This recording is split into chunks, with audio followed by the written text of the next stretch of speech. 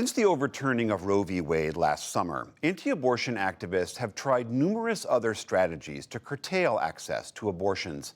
As we reported, a federal judge in Texas last night invalidated FDA approval of the most common abortion pill. And earlier this week, legislatures in Idaho, Kansas, and Florida moved to further restrict abortion access in those states. Earlier today, Ali Rogan spoke with our colleague Sarah Varney of Kaiser Health News, who has been tracking all these latest developments. Sarah, thank you for joining us. As we mentioned, last night, two federal judges reached very different conclusions about a widely used abortion medication, mifepristone. Walk us through where things stand now and what it means for people's access to this drug. Well, as of today, nothing will change.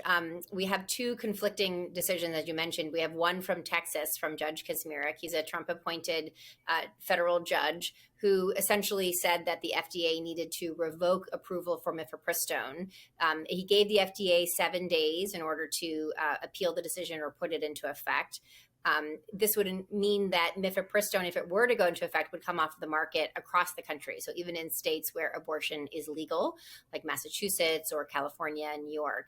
The other decision came from Washington state, and this was actually a challenge brought by Democratic attorneys general, essentially saying that mifepristone was in fact overregulated. And the judge there in Washington state, a federal judge, said that he didn't necessarily agree with the attorneys generals that it was over restrictive, but he did say the FDA had to continue to provide mifepristone at the status quo in those states in which the attorneys general represented. So you've read through Judge Kacsmaryk's decision. What stood out about it to you? Well, we know a lot about Judge Kacsmaryk's background. He was actually an anti-abortion movement lawyer before he was appointed to the bench. And I think what's interesting about this decision is you really see that it's steeped in really what can only be called Christian extremism. We have a couple graphics to show you what is in that decision. The first one talks about how mifepristone is this synthetic steroid that blocks the hormone progesterone, which is true.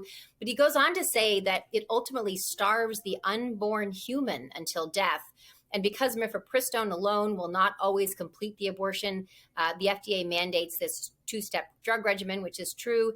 Mifepristone to, quote, kill the unborn human, followed by misoprostol to induce cramping and contractions to expel the unborn human from the mother's womb. There's many things that are scientifically incorrect in this statement. As I mentioned, mifepristone is used up until about 10 weeks of pregnancy. So this is when the pregnancy is very, very small. It's just medically impossible for a person to see what even could resemble a fetus during a mifepristone type of abortion.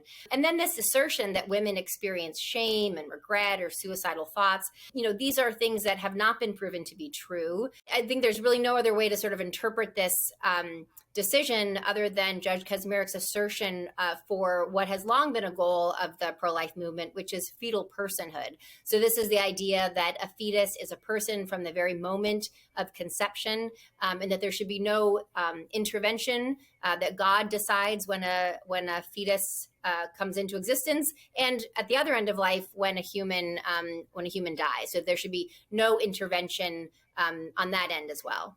So yesterday's ruling on mifepristone is about FDA approval, but we should note that this is not a new drug that was recently approved by the FDA. That's correct. This drug was approved in 2000 by the FDA. And we actually have also a quote from Judge Rice's decision where he specifically talks about the scientific evidence on safety and efficacy of mifepristone. He says the plaintiffs assert that the FDA acknowledges that serious events are exceedingly rare, that mifepristone's associated fatality rate is very low, with not a single death casually attributed to mifepristone, and that all the data shows the mifepristone is among the safest drugs in the world. There is no scientific basis for subjecting it to additional burdens that are not applied to other riskier medications. It's a drug that's safer than Viagra. It's safer than Tylenol. It's safer than penicillin. This is a drug that's been very, very well studied.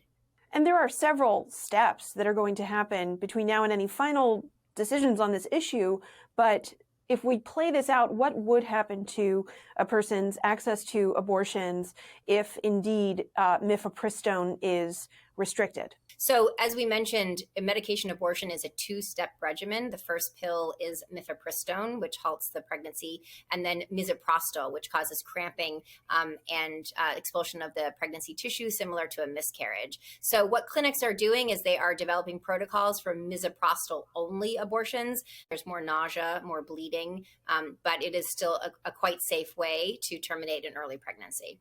And Sarah, we saw a number of measures related to restricting abortion access around the country this week, but let's talk about more broadly, what is the overarching strategy going on here that anti-abortion rights activists are pursuing? As you mentioned, we saw in Idaho, there's now a travel ban that's going into effect in 30 days that will make it a crime to help an unemancipated girl, that's the language of the governor in Idaho, from leaving the state for an abortion.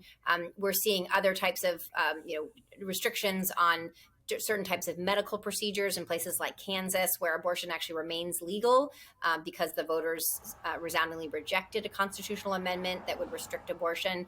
We're seeing in Florida, a move to bring the ban from 15 weeks to 6 weeks. So these legislatures have been very, very busy. So we see activity both in the state, but then obviously with these two court rulings this week, you see that there's also a lot of activity in the federal justice system as well. Sarah Varney with Kaiser Health News, thank you so much. Oh, it's my pleasure.